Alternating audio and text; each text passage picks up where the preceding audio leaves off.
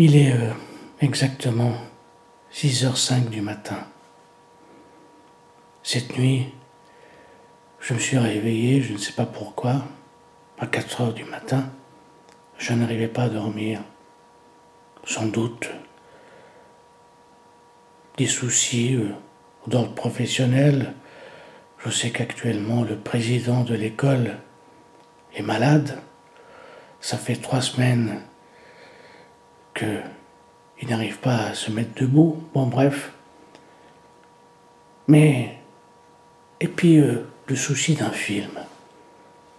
J'ai dans la tête un film. J'ai envie de faire un film.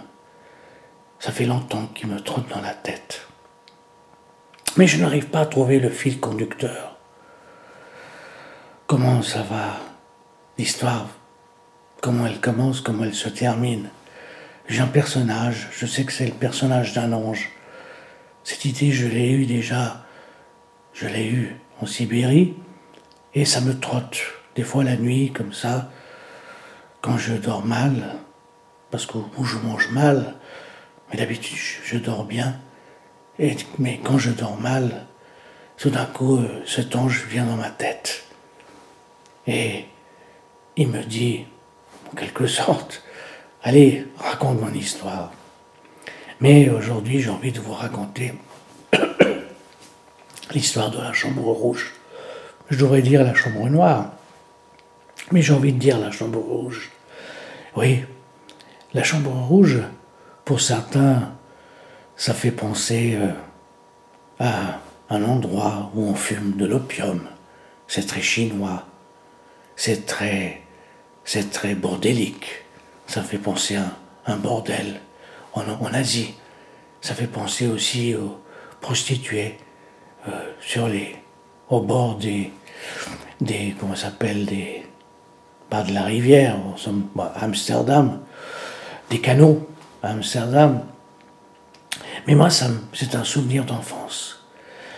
C'était la chambre rouge, c'était le lieu de travail d'un ami de mon frère, de mon grand frère, qui s'appelait Rafat. C'était Rafat. C'était un Égyptien de 20 ans. Je l'avais connu, je me souviens, on parle toujours qu'il est mort à 20 ans. Et c'était un grand amateur de photos, un photographe amateur, qui nous a beaucoup photographié, mon frère et moi, quand on était petits. Et des fois, il rentrait dans cette chambre noire, et puis il allumait une lumière, et c'était la lumière rouge. Pour moi, c'était la chambre rouge. Et dans cette chambre rouge, il développait ses tirages papier. Pourquoi le rouge? Parce que, disons, les films étaient ponchromatiques. Ça veut dire qu'ils ne sont pas sensibles. Oh, attends, excusez-moi, je crois que je me trompe un peu parce que je ne suis pas sûr encore de ce terme, mais je sais qu'on utilisait le rouge parce que la pellicule n'était pas sensible au rouge ou le papier photographique n'était pas sensible au rouge. C'est pour cela. Et alors, ces tirages papier. Puis quand j'étais petit, des fois, on rentrait dans cette chambre avec lui, mon frère et moi, parce qu'on était curieux, on trouvait ça étrange, cette lumière rouge, hein. Puis ces odeurs du liposulfite, ou de je sais pas quoi, d'autres produits chimiques. C'était le révélateur et le fixateur. Et tout ça, c'est resté dans ma mémoire en tant que gosse. Et c'est peut-être pour ça que plus tard, je me suis intéressé à la photographie et surtout au cinéma. C'est l'odeur de ces produits chimiques, de ce laboratoire photographique, de notre ami d'enfance, Rafat, qui est mort à l'âge de 20 ans suite à une péritonite. Et la légende dit, oui, parce qu'il y a toujours une légende, toujours étrange, dans les familles, il y a déjà une légende, c'est que Rafat, on lui a donné l'argent pour qu'il aille se faire opérer, mais il a trop attendu, et à cet argent, il a préféré acheter un appareil de photo. Et suite à ça, il est mort, il n'a pas pu se faire opérer à temps. Mais ce qui est étrange aussi, c'est qu'on avait un chien à la maison, un chien qui s'appelait Pato. Et le chien Pato, aussi une histoire étrange mais véridique. Et c'était un vieux chien. Et que nous, quand on essayait de le caresser, il rouspétait, il n'aimait pas les enfants, il ne nous aimait pas.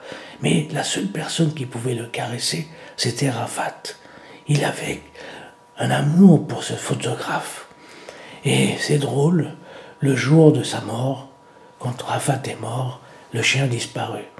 Et moi je me souviens toujours, il y avait un plombier qui puait pas l'alcool, parce qu'il se shootait, ce plombier égyptien, il se shootait à je sais pas quoi, un autre produit que l'alcool, à l'éther, voilà, c'était ça, l'odeur d'éther, il puait toujours l'éther. Et je me souviens, ma mère lui avait dit, oui, c'est bizarre, Rafat est mort et le chien a disparu, on n'a jamais retrouvé le chien. Chose étrange, mais c'est une histoire vraie. Voilà. Mais c'est vrai que l'étrange est associé chez moi à la Chambre rouge, à Rafat, à l'Égypte, à tout ce qui se passe, à tout ce qui est oriental. Voilà. C'était la Chambre rouge.